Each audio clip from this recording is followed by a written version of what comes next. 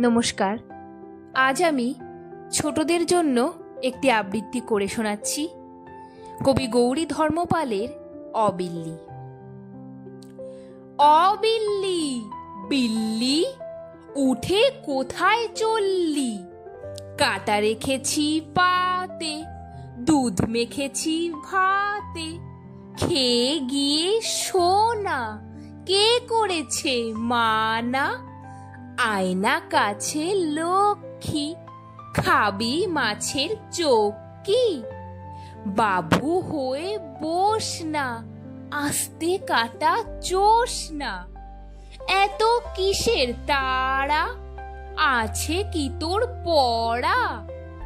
পাঁচটি চাচা মোছা, কলে গিয়ে আচা। ও কি রে, এঁটো মুখেই চললি? অবিল্লি বিল্লি। নমস্কার।